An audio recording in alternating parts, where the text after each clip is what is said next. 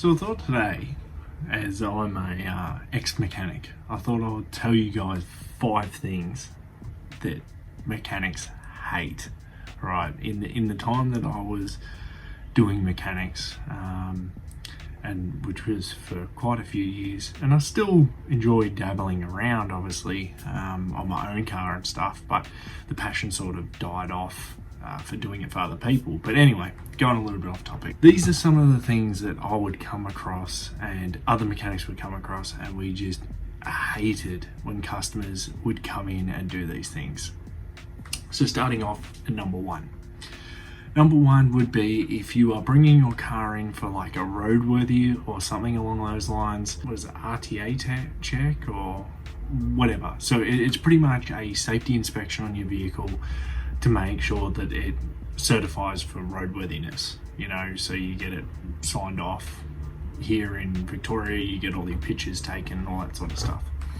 If you drop your car off for a roadworthy and say, oh, can you just pass it, mate, you know, because there's nothing wrong with it, 9 times out of 10 you are wrong.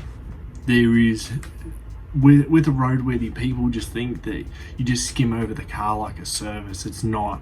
It is a lot more in depth. You got to measure tint, you got to check all the lights, you got to check brakes, tires, all the bushings under the vehicle, if the vehicle is structural, if it's had any like structural damage to it, chassis, you got to check all the bloody VIN numbers, engine numbers, windscreen. Like, the list is a mile long when you've got to do checks and everything, and it's all to, like, even the wheels, right? They've got to meet VIA or vehicle standards. They've got to be DOT approved and all that sort of stuff. So there's a lot of other things entailed, and like, including, say, if you go to put an aftermarket stereo in your car and you cut the parcel shelf, the rear parcel shelf, like in a sedan, that would need an engineer's report because you've technically affected the structural integrity of that vehicle and things along those lines. So if you come in and say that there's nothing wrong with it,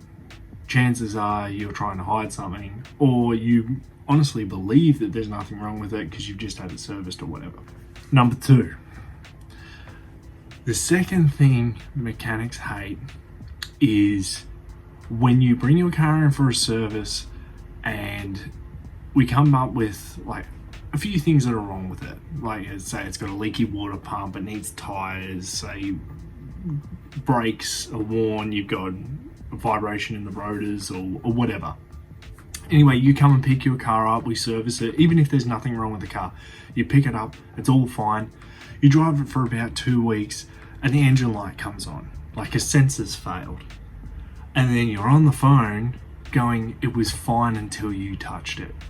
That is, oh man, the amount of times you'd get something like that, which in the shop I worked at, we actually didn't get it that much, but you would hear about stories and other people dealing with that sort of shit, you know, like people would ring up after you've done it. Like, we dealt with it, in the time that I was there, half a dozen sort of times. You deal with a customer ring up and go, ever since you touched it. But most of the time our customers in the shop I was working in are really good, and they weren't too bad. You had a couple of annoying ones, but other than that they weren't too bad. Going on to number 3. So say you bring your car in and we give you a quote and we go, okay, this is what's wrong with it. You get your quote done and they go, all right, yeah, not a problem, go ahead with it. Do the work. So you end up doing the work on the vehicle, and then they come and pick up the car and they go, why was that so much? You know, why is that so expensive? We could have done it cheaper at home. We could have got the parts cheaper on eBay. We know this mate of a mate of a mate who could have done it cheaper, you know. Or they go over the bill like entirely and just like drill you on every little thing. Or, why did you pressure test this when you said last time that the radiator was like leaking or whatever? It'd just be like weird shit, right? Sometimes, previously on some systems, it would be like a generic printout with some things on a bill. So it would be like serviced vehicle, as per service book, and then you go in and change that. So sometimes on an invoice it will be just a generic thing, pressure test this, do that, and it comes out on a general service invoice, but you may not have necessarily pressure tested that particular vehicle if you knew that the radiator was leaking, because if you pressure test it, you're going to blow the seal clean out of it and it's going to leak. When it comes to people saying, oh, I could have got it cheaper here, I could have done this, done that, just don't even bother.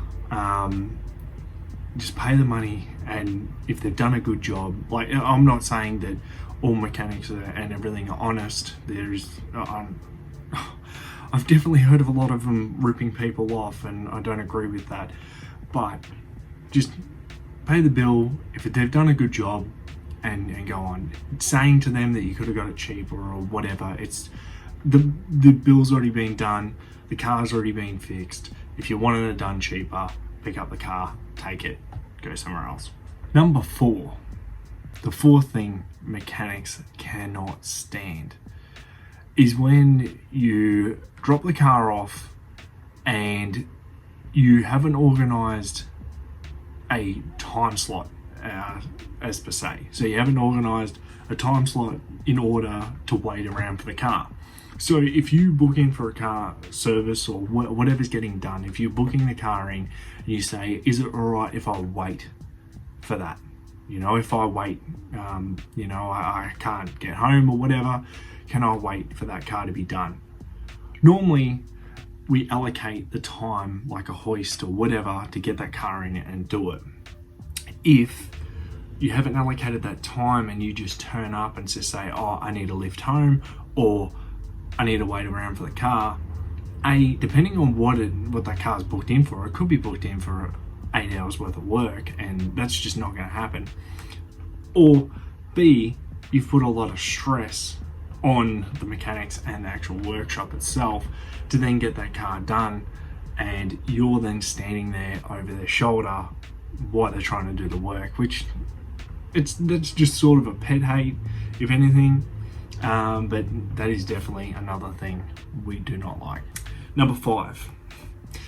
The 5th thing that mechanics cannot stand is when you drop the car off or you book it in over the phone and they ask, is there anything wrong with it? Right? We're asking this not to rip you off, not to just add other things down the track. We are asking you because we may need to allocate time for that. If there is a huge list of things, like if it's actually a safety problem with the car, you're completely out of brakes, or you've got a lower arm bush that's completely gone, caster bushes that are stuffed, and it's unsafe to drive, which I've been in a lot of Commodores that have failed to that, like have suffered from that. If you say that there's nothing wrong with that car, and then you ring up at the end of the day and say, oh, by the way, can you do this, this, and this on the car while it's there? Most of the time, the car's already done, finished, and it's sitting in the car park, depending on what it was in for. Or you ended up calling up at the end of the day, so you've already done that part of the job. That it would have been easier to do it and more time efficient to do it while you already had it apart, instead of having to pull it all apart again, and then you as the customer are paying more for the exact same amount of work, if you know what I mean, but you're just literally pulling it apart again. That's that is one thing we hate. Number 6, a bonus one for you guys. This was just at the workshop that I worked at, and it's, if any of the customers are watching this was a pet hate and cannot stand it. When you turn up to the workshop and you park in the doorway. So you literally just pull up and park your car in the middle of the bloody doorway of the workshop. You don't park in the car park, you just park it in the doorway and go, oh yeah, the keys are in it. You know, well, dude, it's even worse when there's a vacant car park and you do it. It's like, come on, man. Like, we're like, oh, well, we thought you were just going to run it in. Like, well, you assumed wrong. So, like, just park the car in the car park. Even if we have to move it, it's easier to just park it in the car park. It's out the way. We may have cars in the workshop that you're trying to get out and this and that.